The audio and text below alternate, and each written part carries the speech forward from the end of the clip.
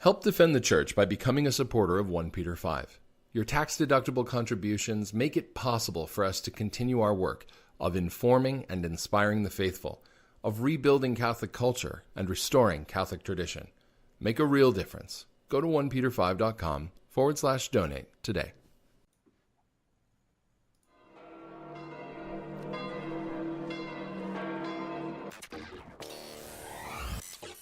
You're listening to the OnePeterFive podcast. It is a real joy for us to welcome you all here. Habemus Papam. Rebuilding Catholic culture, restoring Catholic tradition.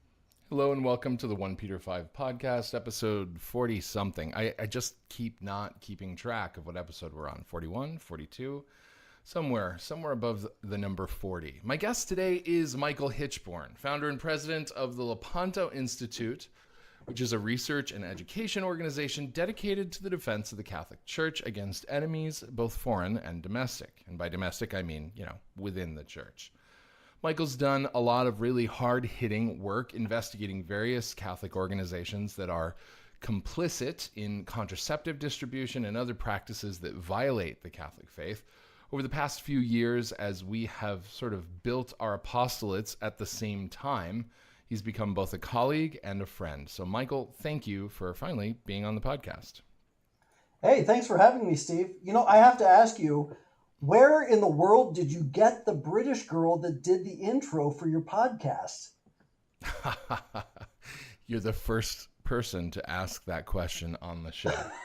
I actually paid a voice actor, very, very cheap voice actor, to read a short script with a bunch of stuff on the script that I thought I could use as little sound clips, because a lot of radio shows use voices like that. I'm like, make it sound more professional. I paid like $5 and no kidding. She read a bunch of phrases and I was able to cut them up and use them in the intro. So yeah, that's the real story behind the British chick. The magic of television behind the curtain. I love it. She mostly does, I think, radio station drops for like top 40 stations and stuff now. I don't know. Whatever. She had a good voice for it. So now that people know my dirty secret, I do not have a hot-voiced British friend who's helping me with my intros. So, awkward turtle. So when we first came into contact with one another, I think it was back in 2014, and you were still working at American Life League. How long were you there, and what did you do for them? I was in American Life League for a little over 7 years, almost 8 years. And in my job there, I wore many hats. I started there as the assistant director or the assistant media director. Then I was the media director for several years. Then I became the face of the American Life League report, which I wrote, starred in, did production on. I mean, I did a lot with that. I also did, I wrote PSAs, public service announcements for American Life League for a while too. But then the thing that I really became known for, aside from the video reports, was the Defend the Faith project, which started off as a Canon 915 project, where we wanted to get bishops to start enforcing Canon 915, refuse communion to pro-abortion politicians and that kind of thing. Right. But, it's... As I was in that, one thing led to another. And after a while, people started sending me information, and I learned about things that were going on that the bishops really didn't want to address. And not to put too fine a point on it, I wound up covering a whole lot of stuff regarding Catholic Campaign for Human Development, Catholic Charities USA, and the Catholic Relief Services. So was there like a moment where you kind of had an epiphany and realized that what you were finding was the tip of an iceberg? Absolutely. Oh, yes, for sure. The moment that I started researching the Millennium Development Goals, which are they're the goals of the United Nations. They're kind of like a population control program, thinly veiled or disguised as a poverty reduction program. Are But these related to the sustainable development goals that we keep hearing about? they're the precursors. Okay. And when I was researching Catholic Relief Services, I kept seeing reference to the Millennium Development Goals. And I was like, what in the world are these? And I started digging on them, and I started looking at who was promoting them. And I found that Caritas Internationalis was behind them, Catholic Relief Services was behind them, CAFOD. I mean, just about every international aid and development agency that you can think of that's Catholic was very strongly pushing the Millennium Development Goals. And I was like, what in the world is this? So I looked into the Millennium Development Goals, and holy smokes, it's population control to a T, without a doubt. The number one goal of the Millennium Development Goals is to reduce the fertility rates of various nationalities around the country, or around, for crying out loud. Around the world. I got you. I'm tracking. Yes. They want to reduce fertility rates around the world. And as I was looking into this, I saw country reports from individual United Nations countries that were implementing the Millennium Development Goals, and they were all talking about how they were using contraception, they were reducing fertility rates, their goal was the reduction of fertility rates. And some of them even talked about how the Catholic Church was complicit in helping them in this goal. Well, okay, so this raises a question that I hadn't planned on talking to you about, but I'm kind of glad that this came up because, you know, one of the things that we continue to see in our work at OnePeterFive is that we have not just this sort of vague idea of a church complicit, but I mean, this Pope has promoted the Sustainable Development Goals of the United Nations. He has collaborated directly with Jeffrey Sachs, who, as we all know, is a population control advocate for the UN. They've invited Paul Ehrlich, who is the so-called father of the population control movement, to speak at the Vatican. There's been a lot more overt collaboration between this Vatican under this Pope and these various agencies, I assume mostly tied to the UN, around these goals. What is going on? What does the church get out of this? Well, I don't think the church gets anything out of this. I think that the church actually loses on every single point. I guess I need to ask a different question. Why would those who are in leadership positions in the church openly collaborate with something that's so anti-Catholic? What would be, in your view and in the research that you've done, the purpose of that? They have no faith. I mean, the basis of it is they have no faith.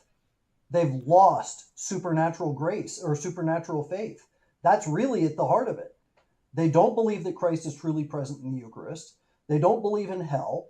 And ultimately, they think that the only thing that the church exists for is to try and create some sort of natural paradise here on earth. Right. So if you don't believe in heaven, you make heaven here. Exactly. I mean, these people are so focused on building a worldly paradise by fighting poverty, and some of them are rather noble goals, or they seem noble. They want to fight poverty, they want to reduce the suffering of individuals, and okay, that's very laudable. But you don't make earth your heaven. You don't make earth your paradise. We're in exile here. Why are we building houses? Yeah. Well, I mean, and it's okay to build houses if it's not in lieu of saving souls. Well, by building houses, I mean permanent structures, eternal structures. Yeah, I got you. I don't mean that. Yeah, building up the treasure here, sort of a thing. Yeah, it's mind blowing that it seems as though, as one person speculated to me recently, that the church is actually actively involved in contraception programs in those formerly Catholic countries where families were strong. Well, look at what's happened in the Philippines. I mean, they've been absolutely decimated. The Philippines had one of the strongest Catholic faith centers in the entire world. And, now we've got Cardinal Tagle out there. He had his 1,000,000-man mass where they were handing out our Lord in Dixie cups and passing him through the crowd. I actually did a podcast just a couple of months ago about the fact that in the Philippines at Easter time, they did this video. It was produced by Caritas of Milan, and of which Cardinal Tagle is the head. And the whole premise of this video was that we have to be accepting of people who are homosexual, who are transgender, and then equating that with people who are homeless. And the whole video was all about, it was this social experiment of how will these people react when they see a homosexual couple come into mass, or when they see a guy with a boob job in a miniskirt walk into the church. And I saw that video. Yeah, and a lot of people are really awkward about it. But what happens? You've got these people in the Philippines that should be at the center of the church. I mean, these people really did have a very strong and fervent faith. And now, what do they have faith in? They're going up and receiving the Eucharist at like a buffet line. They have the Eucharist put in the ciborium, and you just reach in and grab whatever you want. Yeah, I covered that at the papal mass. They were handing the Eucharist overhead. The practice of self-serve communion is widespread. Yeah. They're even intincturing at the altar themselves. Oh my gosh. Yeah, and something else that hasn't been really talked about as much as it probably should be is that the Philippines Bishop Conference was the very first to take the most liberal interpretation of Amoris Laetitia for communion for the divorced and remarried. They jumped out of the starting gate to implement that.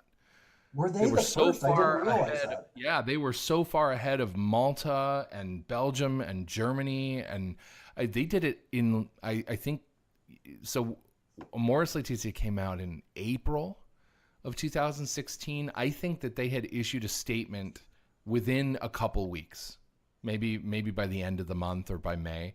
We covered it a little bit at the time, but because it was the first statement of that kind and because it was worded somewhat ambiguously, it wasn't as clear as it has become now that this was the program all along and that all these other dioceses followed suit and were more explicit. But it was very clear to me when I read their statement that this was, hey, we're opening the floodgates for all this stuff right off the bat. That's fascinating, because all we ever hear is that it was Argentina were the first. Typically speaking, we hear that Argentina was the first. And then we hear that Germany followed suit, and then, Malta followed suit after that. Yeah, well, Argentina made it more explicit. I'll have to see. What I can do is I usually include some associated links with the podcast. So I'll see if I can find that and put up the link, because it is an interesting historical thing that I've never seen anybody talk about it since. There was this time that elapsed, but yeah, they issued a statement right away. So, all right, I don't want to get hung up on that, but you mentioned something that I actually had planned on coming back to, which is that our first collaboration had to do with, I think it was the last project you did at American Life League, where you had broken the story about Caritas Internationalis, which is this international Catholic Relief Federation that was at the time headed up by Cardinal Maradiaga Rodriguez. I need to use my Spanish accent for these. Otherwise, you said Cardinal Maradiaga. You just sound silly when you say that. But he's, one of the Pope's closest advisors. And, the story at the time was the involvement of Caritas with the World Social Forum, which was, promoting communism, promoting abortion, things of that nature. So here we are. That was 2014. 3 years later, you mentioned Cardinal Tagle is now in charge of Caritas. Has anything changed in terms of that collaboration, or is that still ongoing? Oh, it's ongoing. In fact, I did a report while I was here at the Lepanto Institute on the fact that CAFOD, which is one of the original founding members of Caritas Internationalis, CAFOD was giving donations to Planned Parenthood. And they were actually themselves distributing condoms and contraception in collaboration with Planned Parenthood. Now, CAFOD is basically the Catholic Relief Services of the Netherlands. And so, CAFOD, as an original founding member of Caritas, they're out there promoting the World Social Forum. And I put out this report. I even contacted Cor Unum. I contacted the offices of Caritas Internationalis in Rome, and I got no response to the question of what are you going to do about CAFOD, the fact that this organization, which is one of your founding members, is partnering with Planned Parenthood. What are you going to do about that? They won't do a thing. I should have known how depressing this podcast was going to be and brought some bourbon to. I started drinking early, so I'm way ahead of you. Oh, because there's just no accountability for any of this because nobody up the ladder cares. Oh, they really don't. I met with Cor Unum about, let's see, what was it, 2013. I met with Cor Unum in April of 2013. And I explained to them everything that I knew about what was going on with Caritas and the World Social Forum and the promotion of contraception coming from Caritas. So Cor Unum is again Cor Unum. Remind me, there's all these organizations. So right. So Cor Unum is the overseeing agency that's supposed to make sure that all of the international aid and development agencies of the church are in line with church teaching. Okay, so they're kind of the oversight committee for the aid and development agencies of the church. So are they like a subsidiary of Caritas or other way around? Okay. Other way around. It's supposed to be the other way around. Now it's all been combined by Pope Francis, but this was right at the very beginning of Pope Francis's pontificate, so he hadn't had time to shuffle the deck yet. But Gotcha. When I met with Cor Unum, I showed them all of this information, and the Monsignor there was very upset. He said that he was going to show all of this information to Cardinal Sarah, who was the head of Cor Unum at the time. And my understanding is that as a result of my report, which I submitted, Cardinal Sarah had a confrontation with Cardinal Maradiaga. And I don't know exactly how that confrontation went, but the end result is that Cor Unum got pulled into Caritas, and both were given to Tagle. Jeez. Yeah. So, it's just, I don't know what to say about it. Well, you got results. They just weren't the ones you were looking for. Exactly. These are not the results you're looking for. All right. So let me ask you this then.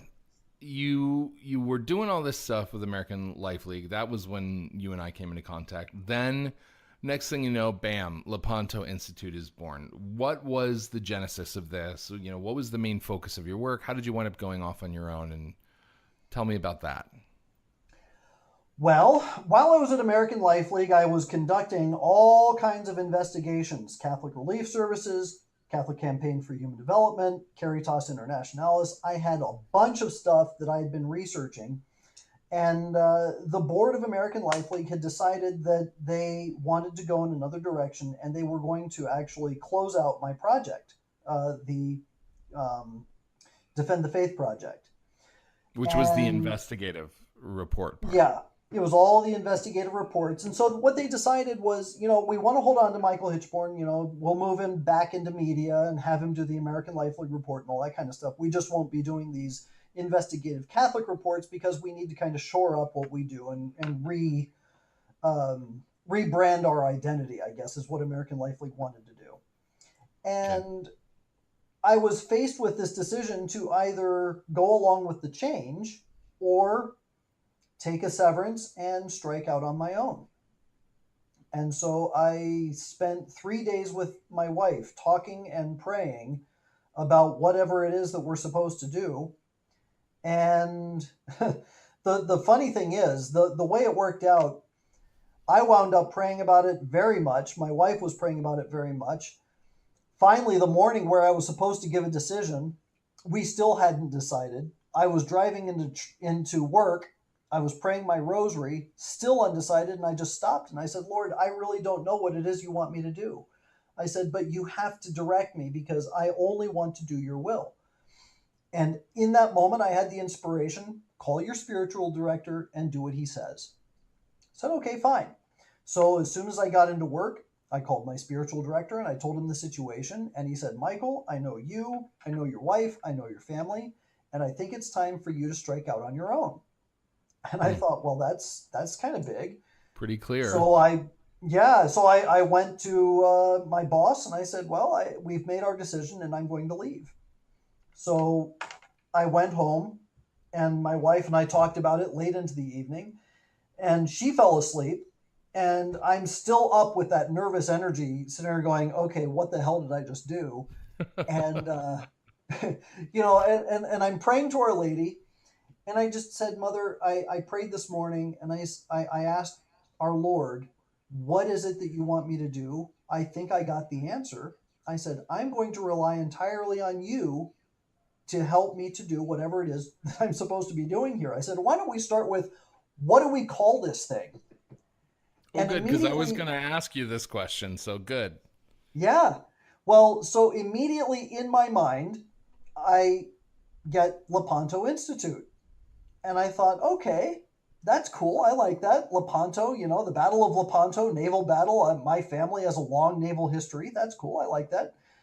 And Institute, it sounds established. It sounds, like exactly kind of the intellectual academic thing that I want to do. So yeah, I like this.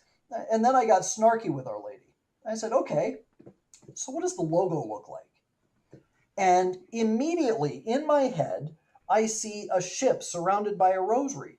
And the meaning that I get from it is that in the time of the Battle of Lepanto, the church was facing the crisis of Protestantism, heresy, and Islam.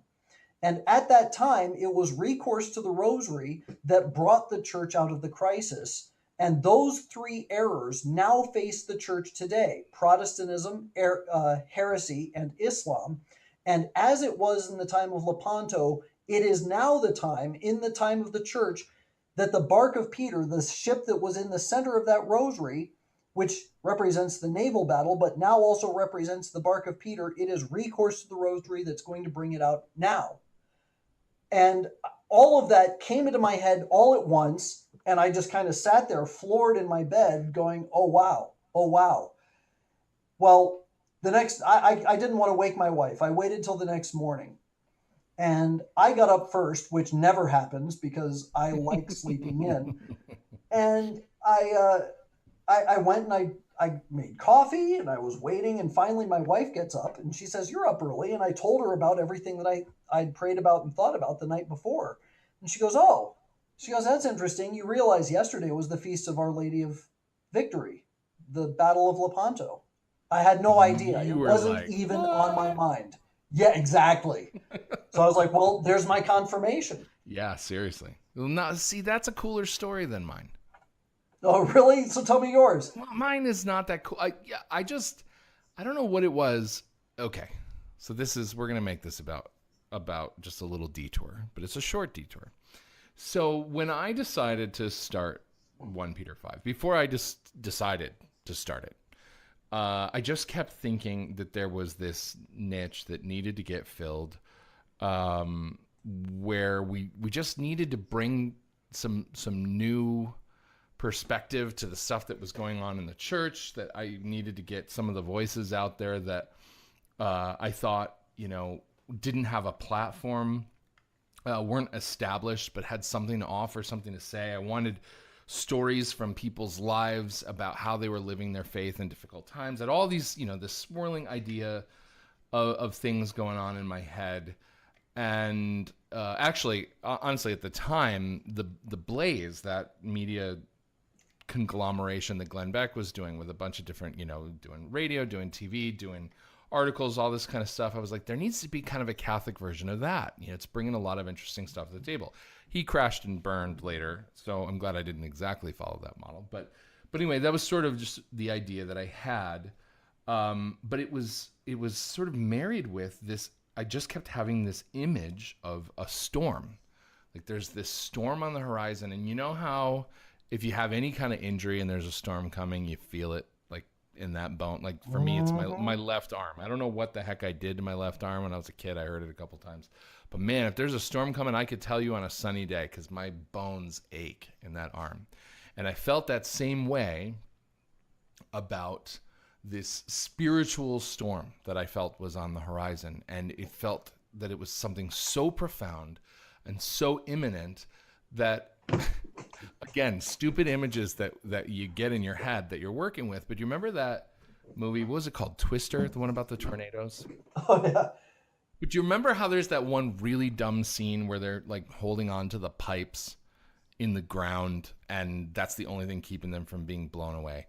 I just had this thought of there's all these people who are going to be blindsided. They don't see what's coming. And we've got to anchor them somehow. We got to find some way to give them something to hold on to. So we've got to sort of build this shelter, this storm shelter, where we give them as much as we can about the faith, about the unchangeable things in the church, because change is coming so fast, and it's gonna literally rip people up out of their roots, and they're gonna lose their faith. That was this pressing fear that was on my mind. Now, I had left my job as an association director, not even, I think, a year before that. My wife had a growing real estate business, and she was just constantly needing me to take days off of work to help her and all this stuff. And I was like, you know what, this is stupid. At this point, you're making more money than me. I'm going to just start working with you. And that was how it had started, but that gave me time to start writing. So I start writing, and I start getting all this imagery in my mind, and I start getting this thought, like I need to do this new thing, this thing that isn't out there. Simultaneously, my boys were having problems with nightmares, and they were having a hard time going to sleep at night and stuff like that. So I had pulled up, I think it was the Franciscans of the Immaculata had done this little app for the iPad of the traditional breviary, the 1962, with Latin and English right next to each other. And I'd never prayed the Divine Office. I'm still not a devotee of the Divine Office, but for some reason I decided to start doing Compline with the boys. I would read it to them sitting in their room in the dark, and they would go to sleep. But this phrase that just was always repeated during the night prayers was, brothers, be sober and watch, because your adversary, the devil, goeth about like a roaring lion, seeking whom he may devour, whom resist ye strong in faith. And it was profound because it was something I didn't remember hearing in all of, the times that I was listening to the scriptures or reading the scriptures or whatever. It was just it had never stood out before, but there was something about it. It was uniquely comforting to my boys, who just seemed, to have this need for prayers of spiritual protection over them. And so as I was considering this enterprise of, starting this new website and everything, the passage that it comes from, 1 Peter 5, that just kept popping into my head over and over and over. It was 1 Peter 5, 1 Peter 5. And I'm like, that's such a weird name. It's not the name that you would expect to be on a website like ours. It's not, but for whatever reason, every time I thought about it, that was the only thing. There was nothing else. I had no other ideas. It just kept coming back into my head. And so I sat down and I drew up a logo, and the first try, I was like, yeah, I like this because it looks modern, but we're doing old fashioned stuff. So anyway, it just sort of all came together. It was less of a direct kind of thing than what you're talking about. But at the same time, it was this prompting. I really felt like it was a prompting because I could not stop thinking about it for months. And I told my wife, I'm like, I have to do this. I've been writing for Catholic publications for a long time. I said, but I've always done it as kind of like a hobby or a side thing. I said, I have to do this, like put everything I've got into this. And I don't think she really believed me because I tend to start a lot of things that I don't always finish. So she's like, whatever, do it, And then when I did it and I jumped in whole hog, she's like, what are you doing? You were supposed to be helping me build this business.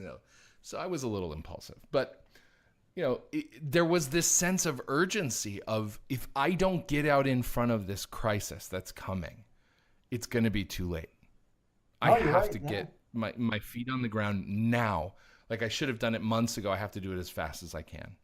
So from the conversation I had with my wife in the car in July of 2014, where she's like, just register the website, just do it, to August 1st when we launched, I mean, it just happened so fast. And there were so many pieces of that puzzle in a similar way that it was just like it kept coming back into my mind in a way that felt almost external. Yeah. So I went with it. I still think yours is cooler and more succinct. Well, I don't have a good elevator speech on that. But I have to work on that one. I have to say that the inspirations of the Holy Spirit definitely move us in different ways. And God always works with us in whatever capacity he knows that we'll respond. And I think that, the way that you responded is exactly concomitant with the way that the Holy Spirit spoke to you. The same way with me. I mean, I had just done the total consecration to Our Lady the year before. Mm-hmm. And because I had done that, I'd been really focusing on, whatever it is Our Lady asks me to do, that's what I want to do. And every day it was just, Holy Mother, what is it you wish of me? And it just kind of came through that inspiration because I had devoted myself to her. But I think that, your own personal spirituality, the way that you had comported yourself with regard to how you respond to grace, that God spoke to you in that venue. Yeah, I mean, he certainly seemed to have his hand on our backs and was shoving. So yeah, I hear that. Here we are. And the thing is, we started our respective apostolates within a couple months of each other, I think. Yeah. I mean, you started in April? When you launched? I started in August of 2014. Oh, okay. I started in January. Actually, today is the 3rd anniversary of us being online. It's August 1st. Yeah, I haven't really been thinking about that, but yeah. Well, there you go. Inspiration of the Holy Spirit. I mean, I started January 1st of 2014. Okay, so yeah, it was within half a year of each other. Yeah, and so we've kind of grown these along the same time, and we're each focusing, I think, on a different aspect of this crisis, but these are all pieces of the same puzzle. So let me talk to you actually about your work. Sure. You do something very different than us. We try to focus on a balance between news pieces, and many of which are solely focused on holding those who are responsible for the things you're talking about accountable, by reaching as wide of an audience as possible and saying, hey, this is what's going on. Let's shine some light into the darkness, mixed with these are the things that made the Catholic faith beautiful. These are the things that made it, the driving force of Western civilization for millennia. We tried to root people in their faith while at the same time showing them how far we are from where the faith is now. And it's a closed loop. It's like, let's keep moving our way back toward the way things were, because the way things aren't good. That's us. You're digging into really the very specific and evidentiary pieces of this corruption that's really just infected so much of the church. Your reporting is very thorough. Everything you do is documented. You got screenshots. You're able to show your work. I'm curious, have you been able to move the needle on any of these groups that are so involved with anti-Catholic practices and still receiving church funding, or do your reports just keep falling on deaf ears? Well, there's kind of a mixed bag. I mean, I have to say that when I first started reporting on the Catholic Campaign for Human Development, it was because of my reports that the CCHD underwent what they called a review and renewal over there at the USCCB. Okay. They wound up adopting certain grant guidelines that they didn't have before because of the reports that I put together. Unfortunately, CCHD continues to ignore those guidelines. They just have them on paper. But, I would say that because of my reports, we at least got the bishop's attention to the point where they felt compelled to do something. A lot of bishops actually stopped taking the Catholic Campaign for Human Development collection simply because of the reports that we'd put together. And I think that several dioceses still don't take the collection.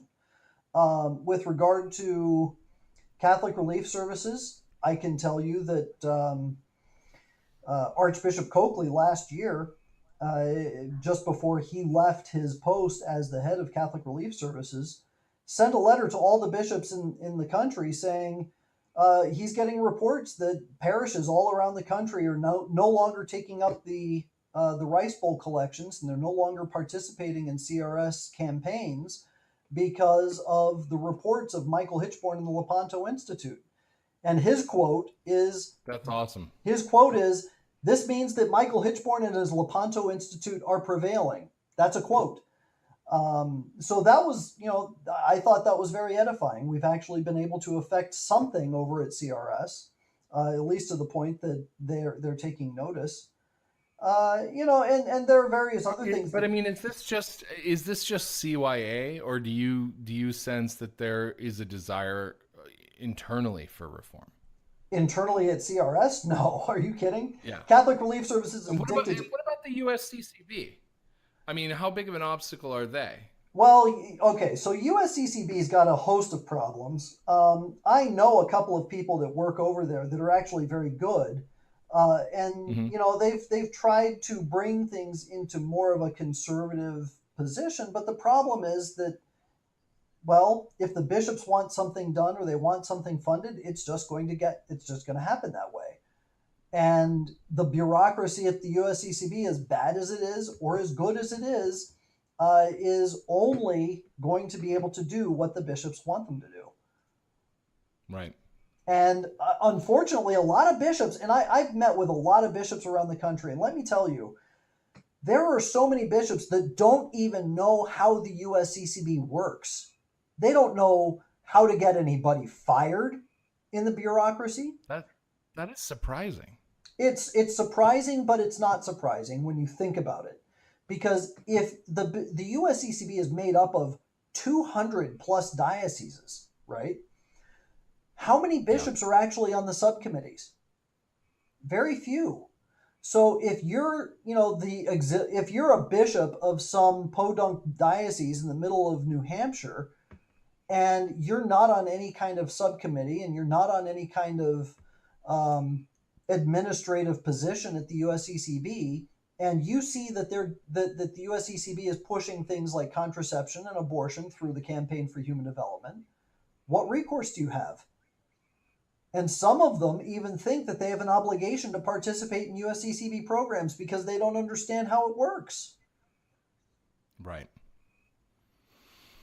Man, that's frustrating. You're educating some of these bishops. Oh, least. Absolutely. Oh, you bet I am. Didn't Archbishop Chaput give you a hard time about something you were trying to bring to his attention like a year or so ago? Kind of a shoot the messenger scenario? Yep. In 2015, when the World Meeting of Families was taking place in Philadelphia, I got an anonymous tip about the president of the World Meeting of Families. And I looked him up, and it turns out that he was pushing a politician that was herself the former director of a Planned Parenthood in Philadelphia. He gave her quite a bit of money.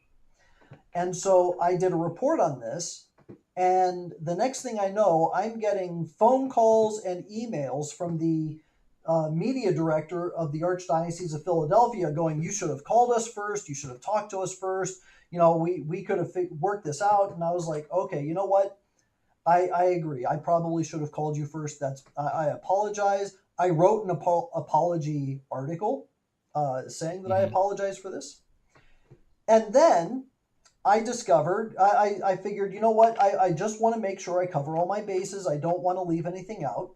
So I looked into the rest of the executive committee of the World Meeting of Families. And I found that it was stacked with people that were promoting homosexuality, promoting abortion. And in fact, two of the honorary co-chairs of the World Meeting of Families was Governor Wolf, who was himself an escort for Planned Parenthood, and this guy, Mayor Michael Nutter, who ran on a campaign of making sure that Planned Parenthood was going to maintain funding and that homosexuality was going to be run rampant throughout Philadelphia. And hold on a second. Yeah. The World Meeting of Families, who controls this organization? The World Meeting of Families is not an organization. It is an event that is held in different cities around the world at various times. There are different regional meetings where you have the World Congress of Families in Nairobi, which I attended. There's the World Congress of Families in Lagos, Nigeria, which I also attended. And then there are various other venues. There was one in Hungary just recently. And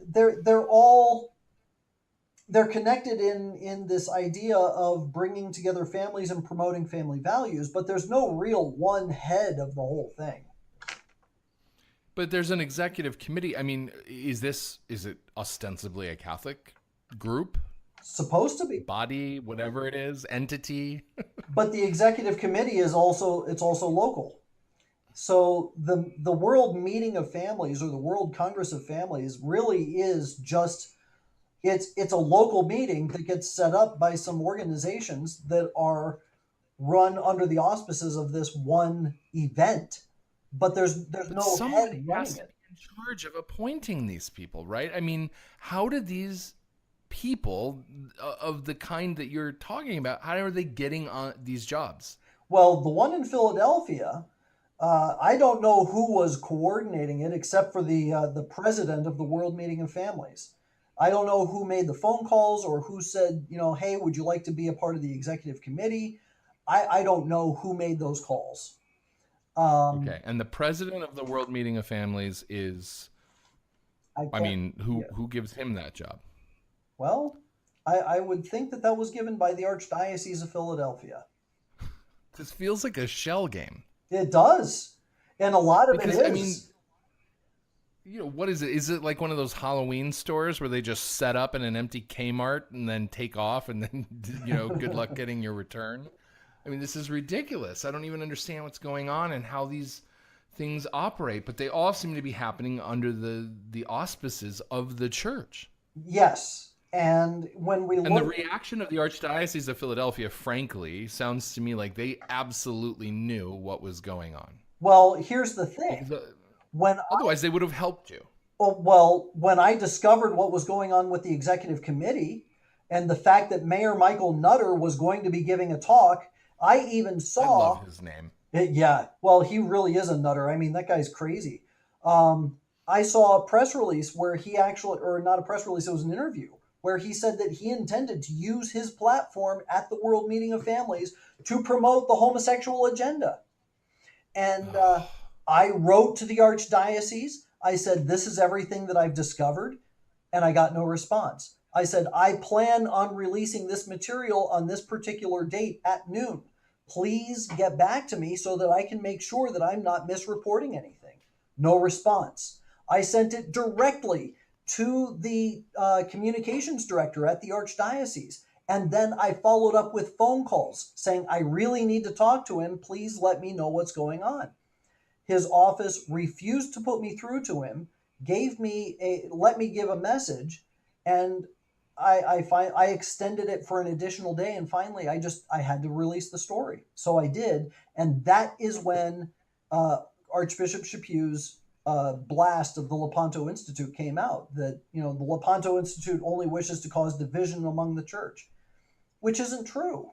I went through the proper channels and I tried to show the Archdiocese that there was something very wrong here. Oh, and by the way, one of your co-chairs fully intends to use his platform to promote the homosexual agenda, which he did, by the way.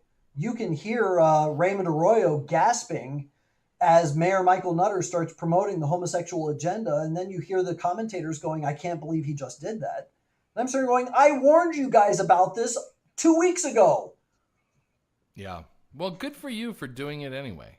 Well, and so Archbishop Chaput, he's mad at me about it, but honestly, he really should be mad at his communications director about it, because I warned them the best that I knew how. Yeah. My goodness. So, you actually also did tread on some dangerous ground here. You recently did a report on the Knights of Malta situation that was ultimately taken down from your website. Are you at liberty to speak at all about what happened there? Sure. I got threatened by Ariane Slinger, the lady who is at the heart of the entire matter. She is a financier that was in league with certain individuals at the Knights of Malta with regard to that particular grant that is in question, the questionable donation. And, Hmm. I simply reported on exactly what was available in confirmed documents. And I got a letter from from a PR firm of all things, threatening a lawsuit if I continue to leave the post up. And after some consideration, I figured, well, the information's already out there, and it has served its purpose, so I'll go ahead and take it down. Um, but yeah, she threatened me. Yeah, that seems to be a theme. I'm pretty sure you're not the only one who's been threatened Oh, I by know I'm people not. involved in it. I know of at least 5 other organizations or individuals that were threatened specifically by her. It- yeah, it's getting kind of frustrating to do this work sometimes, isn't it?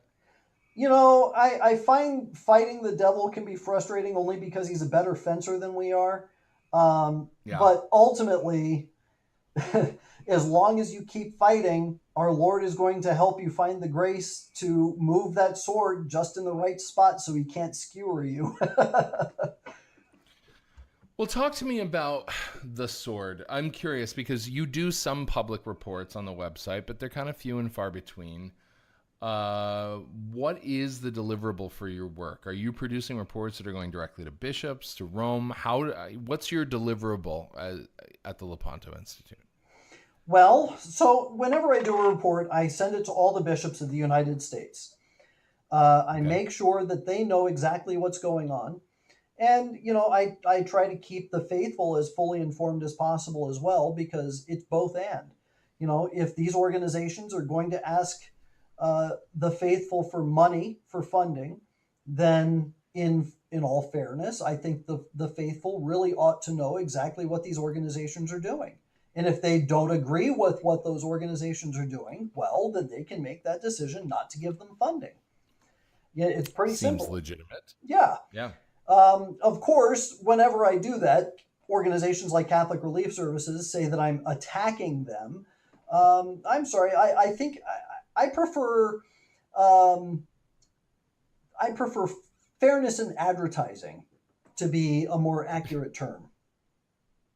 Have you ever responded to them and said, "Stop hitting yourself. Stop hitting yourself. Stop hitting Right. yourself"? I really Because you're should. the ones doing this. Yeah. Yeah. I'm just telling people what you're doing. It's not my fault that once they know, they don't want to support you anymore. Well, and of course, a lot of times they'll lie about whether they're actually participating in things, but it's a lie that's thinly veiled behind an admission of guilt. I'll give you a prime example. So, I did this big report on Catholic Relief Services participating in this project called Project Access out in the Congo. Mm-hmm. And what I found were inventory reports showing that CRS itself had distributed 2.25 million units of contraception, including Depo-Provera, intrauterine devices, condoms, and surgical sterilization kits. And after I put out this report, CRS's response was, "Well, we can see how it could seem like we did this, but we didn't."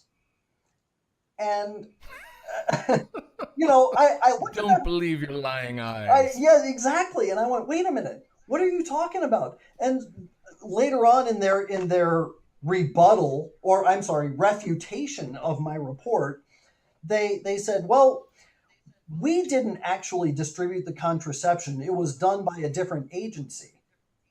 Well, wait a minute. Mm-hmm. The contraception was distributed in your hospitals, your clinics, among your population that you were responsible for. You just admitted that you let someone else do it. So what's the difference between it passing through your hands or someone else's? That's like a principle Not of to mention, I mean, they must have control over what gets distributed in their own facilities, because if not, then they got uh-huh. a bigger problem. Oh, unless they don't want the money that comes along with the project. Right. So So I was actually, you anticipated that. So this is what the recent trip you took to Africa was about? the recent trip that I took to Africa actually was about going to the World Congress of Family. So actually, a tangential question, but not having ever been, what surprised you about Africa? Was there anything that stood out about that trip that you'll never forget? Or you've gone on two now, so. Well, okay, so having gone to Africa twice, I think that what really stood out to me was just how happy the people were. I was floored by the joyful attitude. I mean, these people were living in dirt floor poverty, Hmm. but they were the happiest people I've ever met. They really and truly were.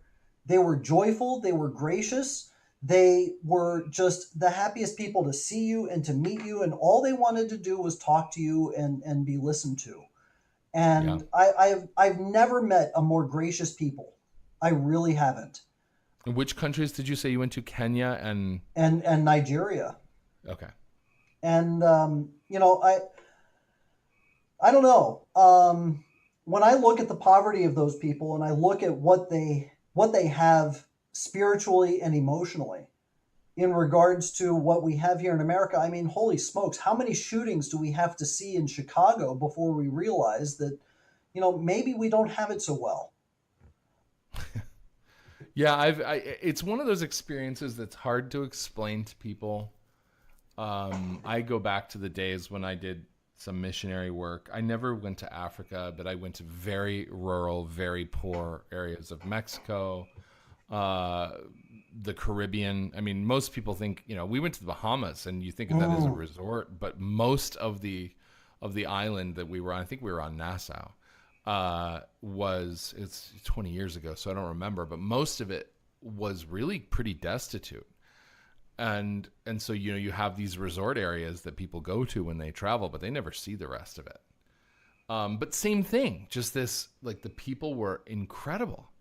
And I remember saying at the time, why are they so much more well-adjusted than we are? They have so much less, material blessings, so to speak, than we do. But they just are the nicest kind of people I've ever met. But this is actually what's at the heart of my rage with regard to the Catholic Campaign for Human Development, Catholic Charities, Catholic Relief Services. What is it that they consistently say is that they are trying to eradicate poverty? Okay? They're talking about eliminating poverty, making these people wealthy. Don't they realize that sometimes bringing people out of wealth is the ruin of their souls? And I look at these people, and yes, we should do what we can to alleviate their suffering, for sure. But we should all be striving for a material poverty to some degree, because we shouldn't be looking at this world as our home. We should be looking toward the spiritual heaven, the spiritual home that we belong to.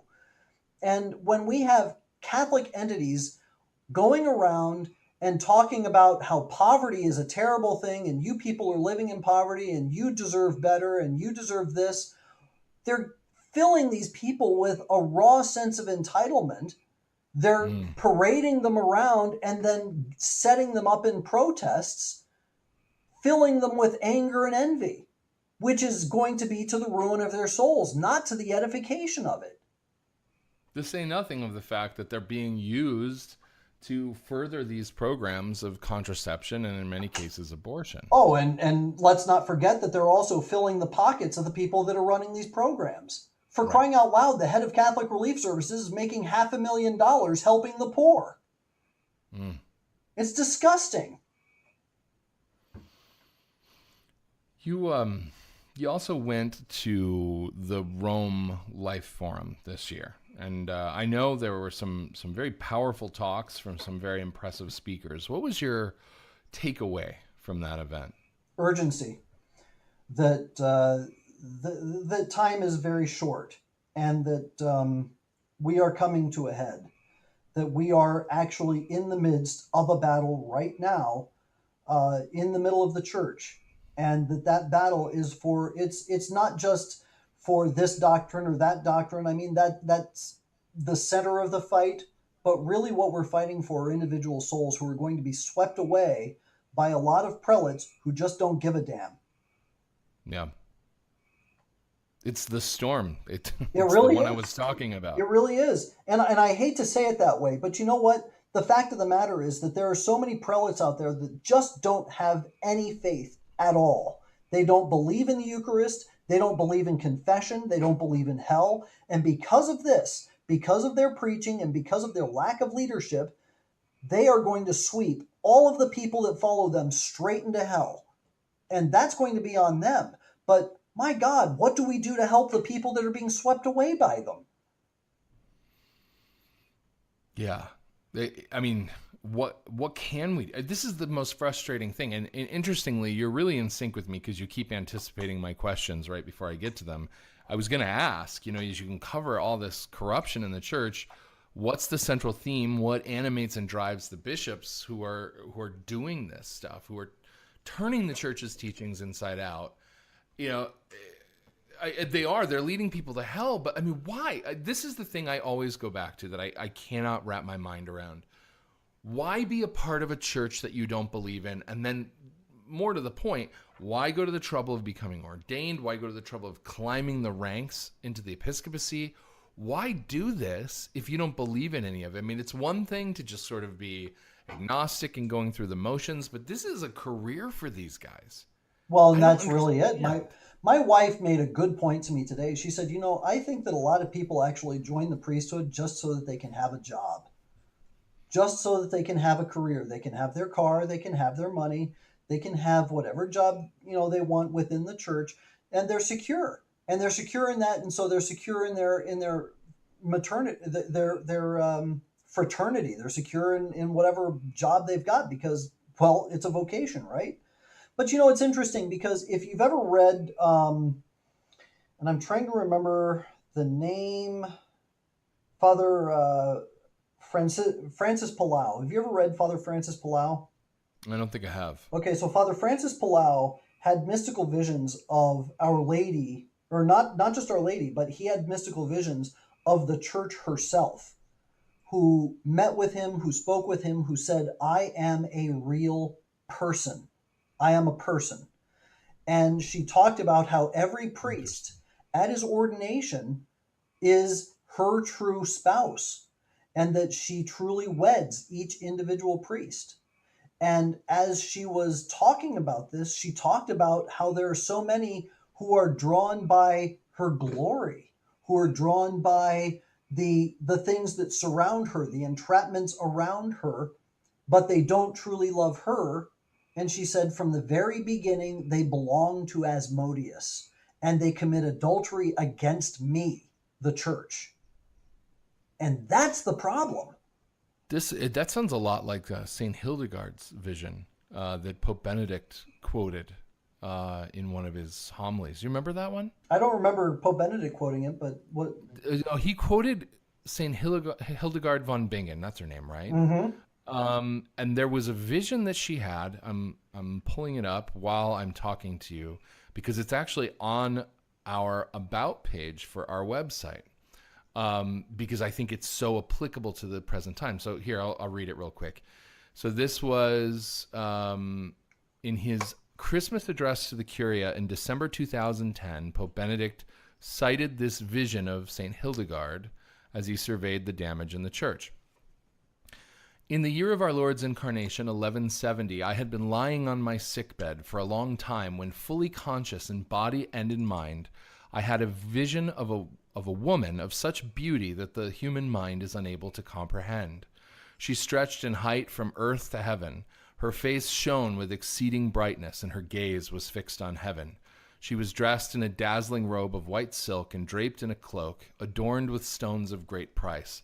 On her feet she wore shoes of onyx, but her face was stained with dust. Her robe was ripped down the right side. Her cloak had lost its sheen of beauty, and her shoes had been blackened. And she herself, in a voice loud with sorrow, was calling to the heights of heaven, saying, Hear, heaven, how my face is sullied. Mourn, earth, that my robe is torn. Tremble, abyss, because my shoes are blackened. And she continued, I lay hidden in the heart of the Father until the Son of Man, who was conceived and born in virginity, poured out his blood. With that same blood as his dowry, he made me his betrothed. For my bridegroom's wounds remain fresh and open as long as the wounds of men's sin continue to gape, and Christ's wounds remain open because of the sins of priests. They tear my robe since they are violators of the law, the gospel, and their own priesthood. They darken my cloak by neglecting in every way the precepts which they are meant to uphold. My shoes, too, are blackened, since priests do not keep the straight paths of justice, which are hard and rugged, or set good examples to those beneath them. Nevertheless, in some of them I find the splendor of truth. And I heard a voice from heaven which said, This image represents the church.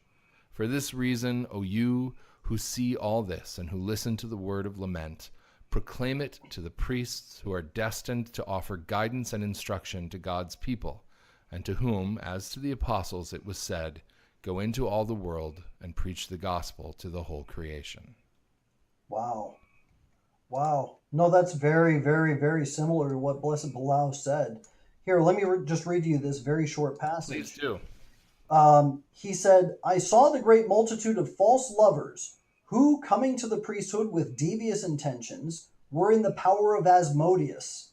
And she said to me, These married me through the bonds of the priesthood, and loved not me but the benefice, stipends, and temporalities, that is, their beloved thing. By the priesthood I am their spouse, but they are adulterers because they have united themselves to the benefice and not to me. Some love the dignity and glory which they see surrounds me. Others love my material riches. Others the idleness, laziness, and their own comfort. And they began their career with these intentions and arrived at possessing a glorious situation. None of these know me, and I do not know them, neither do they love me. Oh, if all the priests knew the church, if they knew me, if they loved me. All of these were consigned to the power of Asmodeus on the very day of the wedding, the day of ordination, or of taking possession of the priestly living. The devil seized their souls, and, dead to me, they live only for themselves, for the world, and for the devil.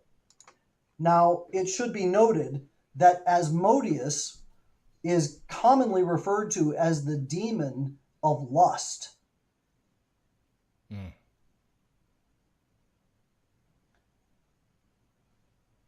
It's rather chilling when you take when you take that in. When you think about it, It's chilling when you take that in, absolutely, especially when we consider, unfortunately, the scourge of sodomy and how it is just infested the church. oh, absolutely. And I think that a lot of that goes back to the fact that, Goodbye Good Men, they were recruiting homosexuals into the church all the way back into the 1940s. And then when you look at what was happening in the 1920s, the communists were recruiting communist men into the seminaries back then. So let me ask you this, because I have that book, but I have not gotten to read it yet, Goodbye Good Men. What was the reason for that recruitment?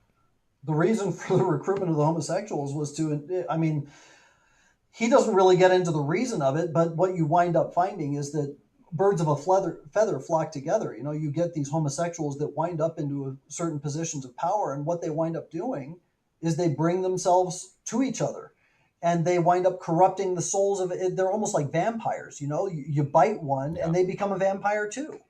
And so they corrupt them in the seminaries. They create this atmosphere of homosexuality and quote unquote collegiality amongst homosexuals. And it becomes a club, and they wind up having these excursions. They go on vacations together, and they have these cabals together. And I mean, look at what happened with Coco Palmario's secretary in the Vatican. that didn't happen by accident, and I'm sure that he wasn't the only priest there. Yeah. Do you, I mean, this is, going going back to the beginning where I said I should have brought the bourbon. Do you get discouraged when you're digging into all this and it just seems like it's bottomless? I have to say that the digging doesn't cause me any discouragement because I'm almost fascinated. I feel like a kid in his backyard pulling up rocks and looking at all the bugs underneath and seeing how they squirm under the sunlight. Yep. That I have that kind of fascination with it.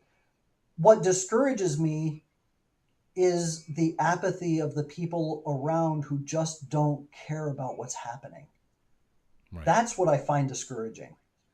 The digging, I have a lot of energy about it because I love exposing bad guys to the light. But when I'm met with apathy or even opposition, how hateful I am, and what kind of a sick person am I for looking into the private lives of these people? That's discouraging. It is discouraging, and you and I have talked about privately, but I think it's worth mentioning a little bit publicly. There's a real spiritual warfare that comes along with this work, and there's a discouragement that just gets down into your soul sometimes, because we are bringing this stuff out into the light, and the opposition that we're facing is significant. Yeah, I mean, ultimately, the way I look at it, the Lepanto Institute is Our Lady's boat, and she's going to direct it in whatever way she wants. I'm just the steward of the boat. So I'm going to man my post, and I'm going to keep doing whatever she asks, and the results are hers. So I can't worry too much about the results. I can't worry too much about how things are going to happen. But when people contact me and they tell me how discouraged they are, or when people say, I just don't know how I can be Catholic anymore, I write them back. And I do whatever I can to try and help people to remain in the church. And I talk to people wherever I go about the importance of remaining within the church. But in terms of what I do about my apostolate, about my work, it's all Our Lady's. I can't take any credit for it, and I certainly can't take any credit for the results. I think that's a good approach. It helps to save you from a lot of that needless savior complex that can sometimes happen, where you feel like it's my job. I got to do this. I got to fight this. It's not. No. I mean, we're instruments, and we have to work. The old saying, pray like everything depends on God and work like everything depends on you. We have to work like that. And it is a lot of work, but this idea that this is our burden to shoulder, we're just instruments. It's interesting. I was talking to a friend of mine today, and we were both commiserating about how recently we've just been struck with an immense malaise. It's like this what's the point? Almost a depression. I have it too. You have it too. I've been talking to an awful lot of Catholic writers, and they're all feeling it. And this morning, I was overwhelmed because I have a lot of different projects going on. I have a lot of different things that obligations that I have to meet. And I just stopped and I said, you know what? I can't do any of this.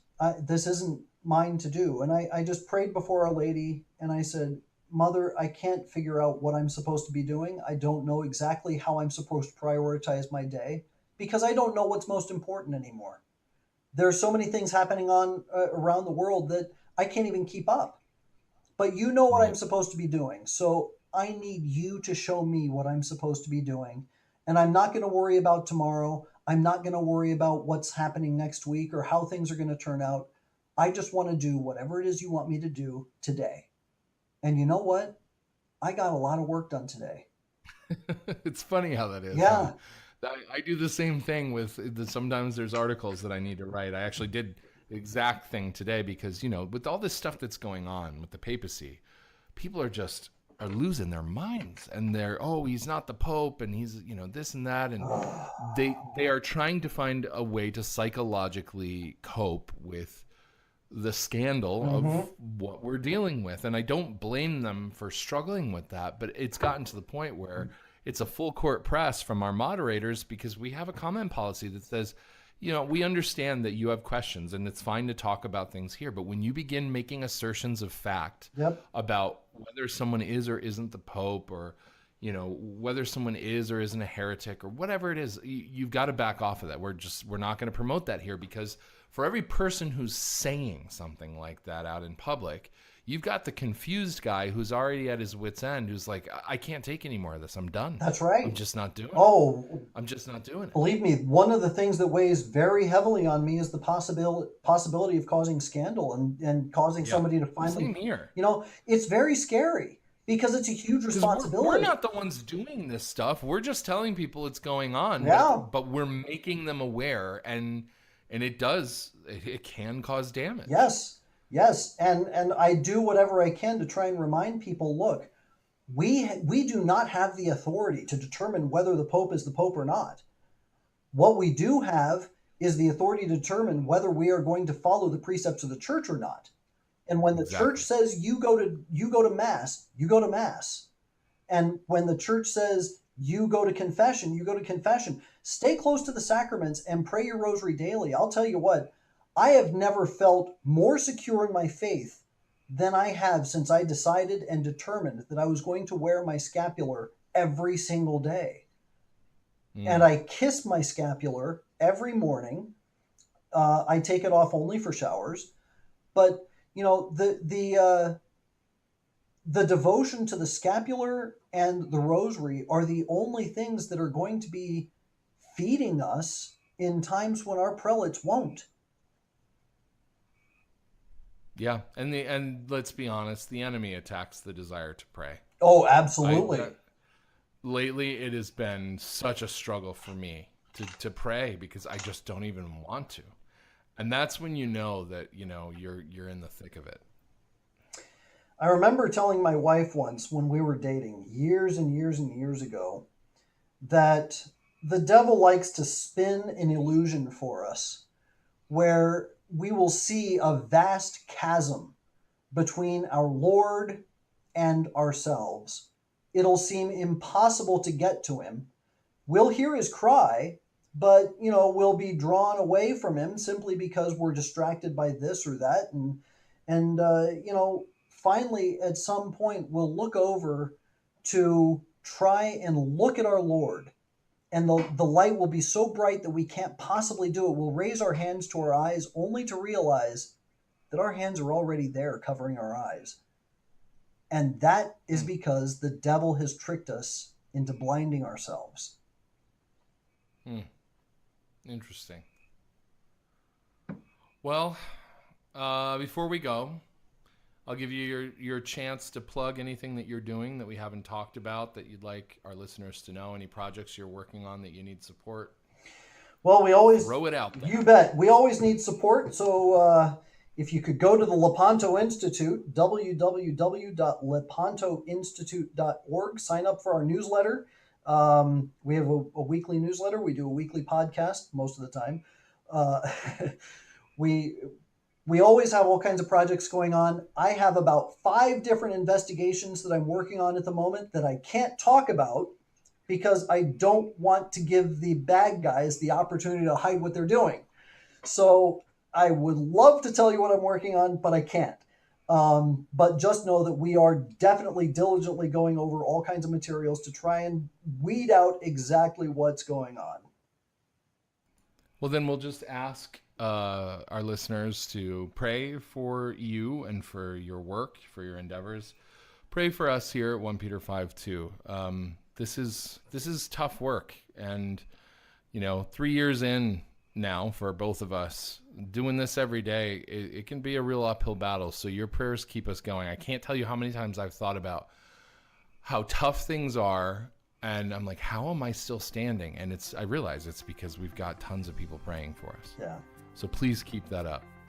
And that's all I got. So thank you for coming on. And it was a good conversation. I think that we could probably cover a lot more stuff, but it's good to have you. Thanks so much for having me, Steve. I'm glad that we finally got around to doing a podcast. This is great. All right, Michael, take care. You too. God bless. You've been listening to the OnePeterFive podcast. This has been a production of OnePeterFive Incorporated.